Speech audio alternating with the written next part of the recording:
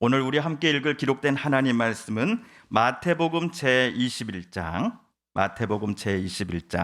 33에서 46절까지의 말씀입니다. 신약 36족경에 있는 마태복음 제21장 33에서 오늘 46절까지의 말씀 함께 읽고 묵상합니다. 다른 한 비유를 들으라. 한 집주인이 포도원을 만들어 산 울타리로 두르고 거기에 집자는 틀을 만들고 망대를 짓고 농부들에게 새로 주고 타국에 갔더니 열매 거둘 때가 가까움에 그 열매를 받으려고 자기 종들을 농부들에게 보내니 농부들이 종들을 잡아 하나는 심히 때리고 하나는 죽이고 하나는 돌로 쳤거늘 다시 다른 종들을 처음보다 많이 보내니 그들에게도 그렇게 하였는지라. 후에 자기 아들을 보내며 이르되 그들이 내 아들은 존대하리라 하였더니 농부들이 그 아들을 보고 서로 말하되 이는 상속자니 자 죽이고 그의 유산을 차지하자 하고 이에 잡아 포도원 밖에 내쫓아 죽였느니라. 그러면 그 포도원 주인이 올 때에 그 농부들을 어떻게 하겠느냐? 그들이 말하되 그 악한 자들을 진멸하고 포도원은 제때에 열매를 바칠 만한 다른 농부들에게 새로 줄지니이다. 예수께서 이르시되 너희가 성경에 건축자들이 버린 돌이 모퉁이의 머릿돌이 되었나니 이것은 주로 말미암아 된 것이요 우리 눈에 기하도다 함을 읽어본 일이 없느냐? 그러므로 내가 너희에게 이르노니 하나님의 나라를 너희는 빼앗기고 그 나라의 열매 맺는 백성이 받으리라. 이 돌 위에 떨어지는 자는 깨지겠고 이 돌이 사람 위에 떨어지면 그를 가루로 만들어 흩으리라 하시니 대제사장들과 바리새인들이 예수의 비유를 듣고 자기들을 가리켜 말씀하심인 줄 알고 잡고자 하나 무리를 무서워하니 이는 그들이 예수를 선지자로 알미었더라. 아멘. 교회력으로 오순절 후 제19번째 주일을 맞이하여 오늘 우리 서북교회는 교회력에 따른 성경 본문 중 하나인 마태복음 21장 33절 이하를 방금 함께 읽었습니다. 오늘 본문 33절은 이렇게 시작을 합니다. 다른 한 비유를 들으라. 한 집 주인이 포도원을 만들어 라고 시작을 하지요. 33절 때문에 신약학자들 또는 목회자들은 오늘 본문에다가 포도원 농부 비유라는 제목을 붙여 주었습니다. 그러나 여러분께서는 이 제목보다는 더 멋진 제목을 오늘 예수님께서 말씀해 주신 비유에다가 붙이고 싶지 않으셨습니까? 예를 들어 그 중 하나가 함흥차사는 아니었습니까? 함흥차사는 조선 태종 이방원이 아버지요 조선의 초대왕 태조 이성계의 황궁을 권유하고자 함흥으로 차사를 여러 번 보냈던 일에서 나온 말입니다. 차사, 이 차사는 조선시대 중요한 인물을 위해 왕명으로 파견하던 임시 관직이라고 합니다. 야사에 따르면 우리는 보통 야사를 더 많이 알고 있는데요. 이방원이 아버지가 있는 함흥으로 보낸 차사들이 이 태조에게 죽임을 당해 돌아오지 못했다라고 많이들 알고 계십니다. 그런데 정사에서는 박순이라는 이름의 차사만이 이성계에게 죽임을 당했다라고만 쓰여져 있습니다. 아무튼 아들 태조는 여러 차례 차사를 보냈으나 자기에게 크게 화가 난 아버지의 마음을 되돌리지는 못했던 것이지요. 그러다가 무학대사가 찾아가 나중에 간청을 하니 이성계가 완전히 이제 서울로 되돌아오게 됩니다. 자, 이처럼 함흥차사는 보낸 차사가 함흥으로 떠났다가 그 뒤로 한양으로 되돌아오지 않았던 것을 사람들이 가리키는 말이었습니다.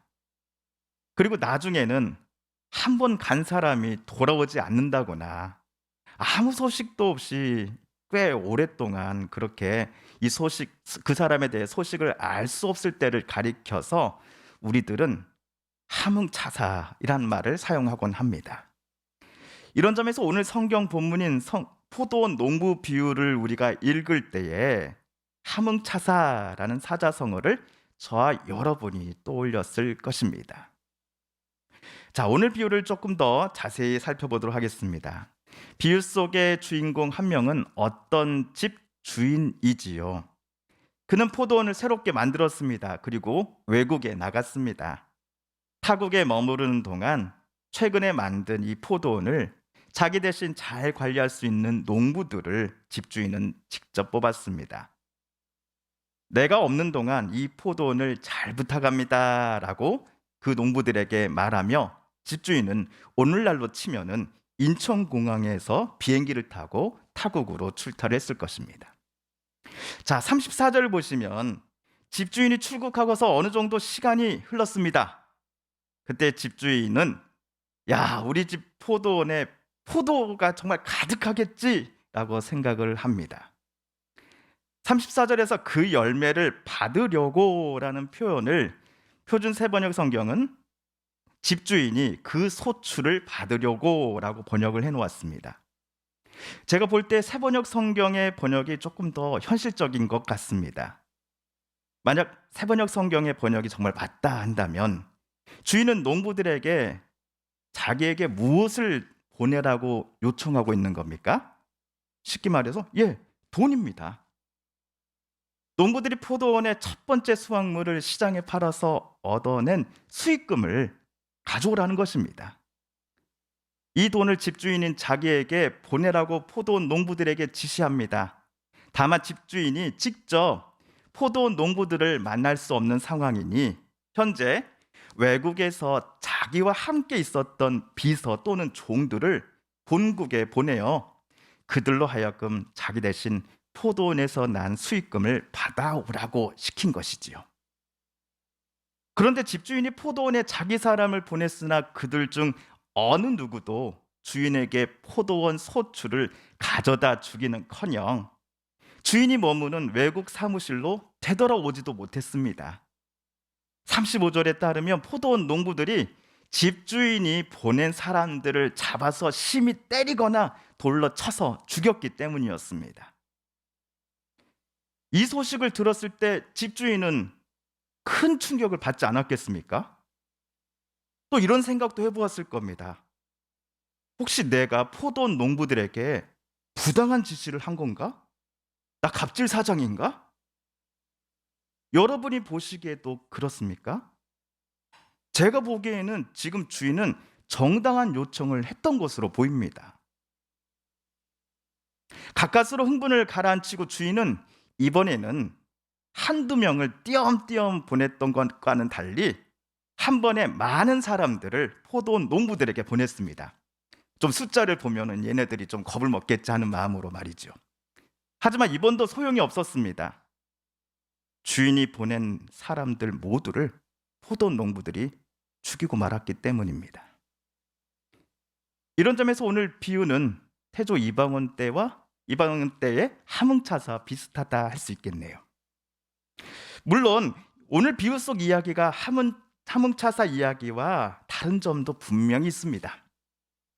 하뭉차사에서 차사를 아들 태조 이방원이 아버지 이성계에게 보냈죠. 반면 오늘 예수님이 해주신 이야기 속에서는 차사라 할 수 있는 사람들을 누가 보냅니까? 포도원 주인이죠. 집주인이 차사라 할 수 있는 사람들을 자기가 고용한 포도원 농부들에게 보냈습니다. 이것 말고도 두 이야기 사이에 차이점이 몇 가지 더 있습니다. 아들 이방원은 자기 아들 중 단 한 명도 함흥에 머무는 이성계에게 보내지 않았습니다. 자기가 보내는 사람마다 다 아버지에게 죽임을 당했기 때문에 이방원으로서는 절대로 자기 아들을 함흥에 보내지 않으려 했을 것입니다. 아버지가 아무리 저렇게 좀 화가 많이 나 있으셔도 자기 손주는 다른 차사들 때처럼 죽이지 않고 잘 봐주시지 않겠어와 같은 생각을 이방원은 단 한 번도 해보지 않았던 것 같습니다. 이에 반해 오늘 예수님이 들려주신 비유 속 집주인은 자기 아들을 호랑이 굴과 같은 포도원 농부들에게 보내고 말았습니다. 주인의 기대와는 달리 농부들은 주인의 아들을 보고서도 여태까지 보여줬던 그 악한 마음들을 전혀 바꾸지 않았습니다.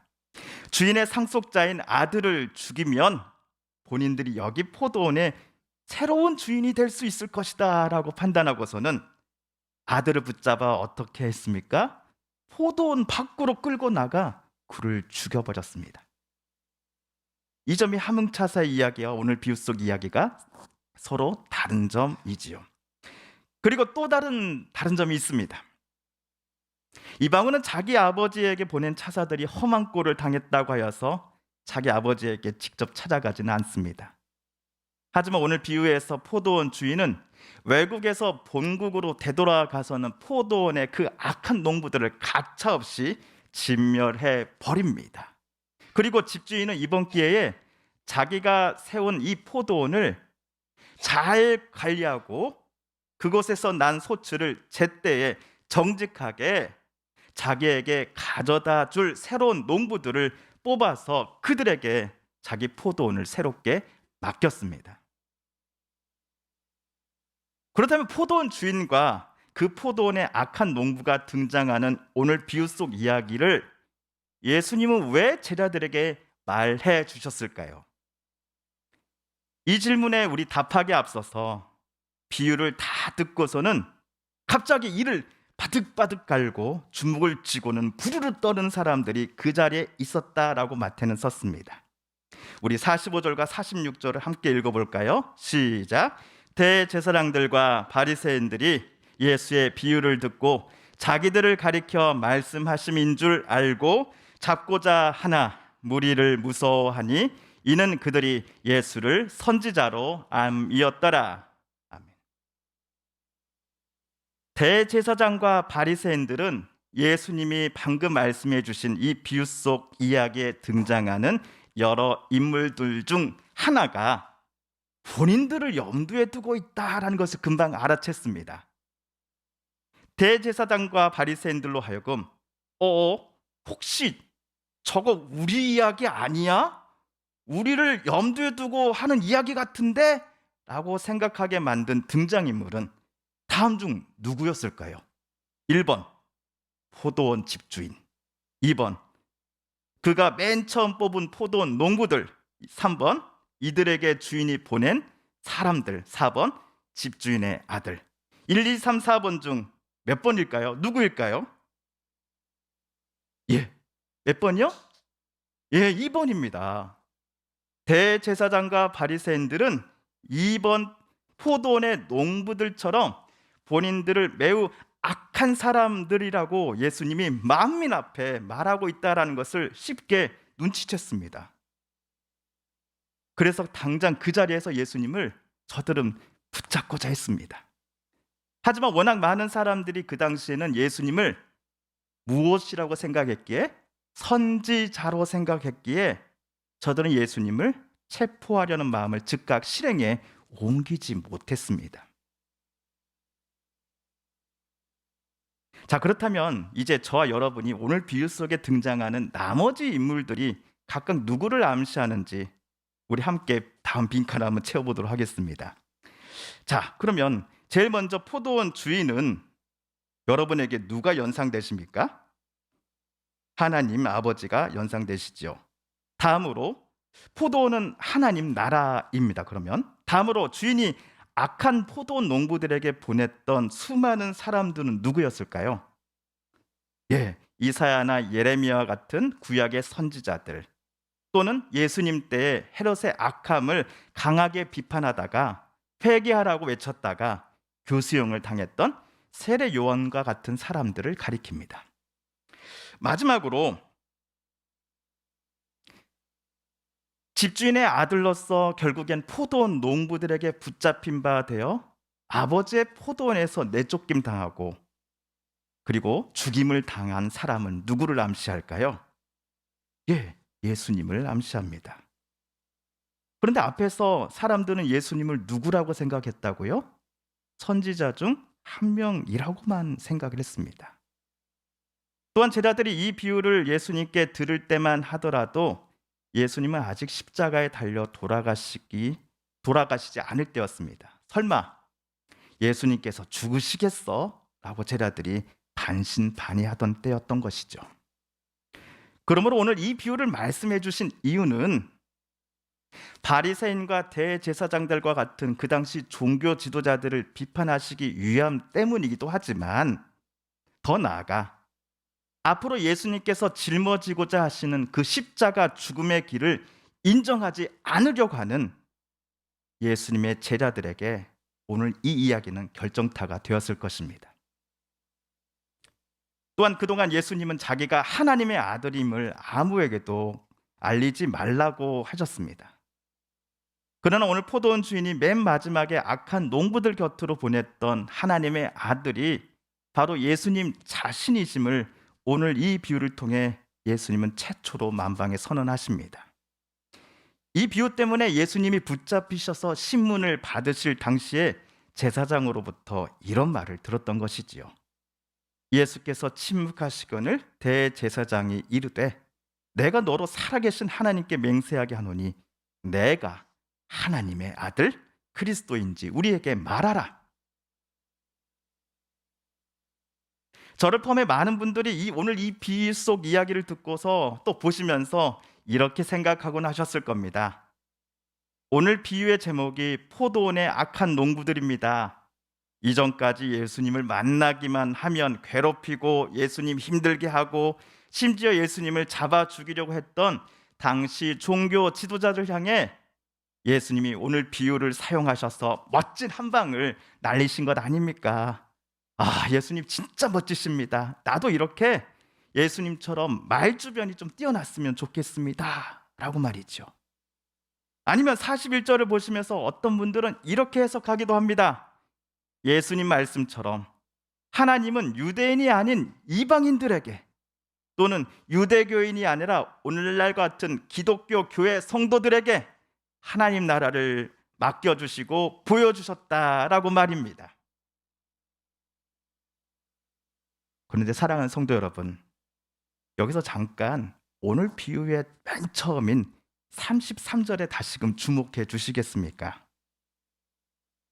악한 농부들이라고 하지만 이야기 맨 처음부터 그들이 악하다라고는 쓰여져 있지 않습니다. 주인이 자리를 오랫동안 그토록 비울 수 있었던 것은 포도원을 그가 뽑은 농부들이 잘 관리할 수 있을 것이다 라고 하는 주인의 믿음이 있었기 때문이었을 것입니다. 그러나 이들 농부들은 집주인의 신뢰를 오히려 악함으로 대갚았습니다. 게다가 본인들이 포도원 주인 행세를 하고자 합니다. 포도원 농부들은 집주인이 보낸 아들을 죽임으로써 자신들이 포도원의 새로운 주인이 되었어 라고 생각했습니다. 이 세상에서 내가 하나님을 제일 잘 그리고 정확하게 잘 알아 라고 자부하던 그 당시의 종교 지도자들의 모습이 비유 속에 나오는 주인이 맨 처음 믿고 고용했으나 나중에는 악한 모습으로 변해버린 포도원 농부들과 같다라고 오늘 비유를 통해 예수님은 주변 사람들에게 말해주고 계시는 겁니다. 그런데 혹시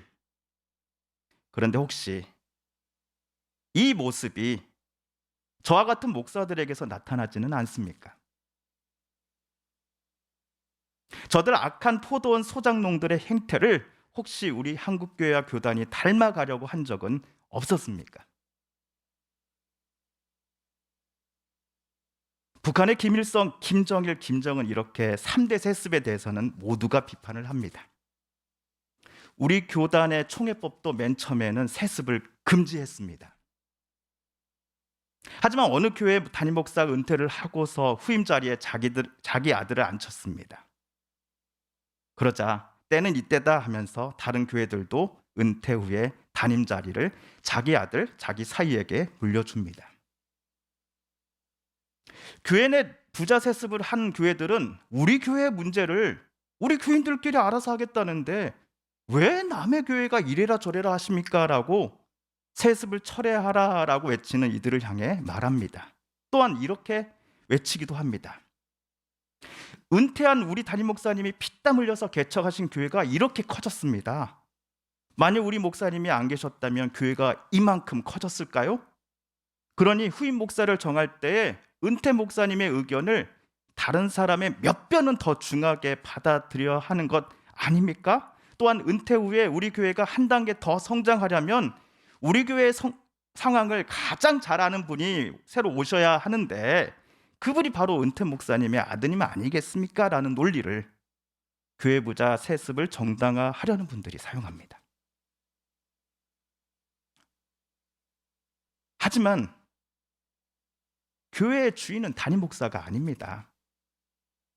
어떤 장로나 어떤 성도의 것도 아닙니다. 우리는 요즘 아이들 말로 정말 귀에서 피가 날 정도로 교회의 주인은 하나님이시다라고 들어오지 않았습니까? 오늘 비유로 말해보자면 목사와 성도 모두는 교회라고 하는 아름답고 귀한 하나님 나라를 잘 관리해야 할 공동 청지기입니다.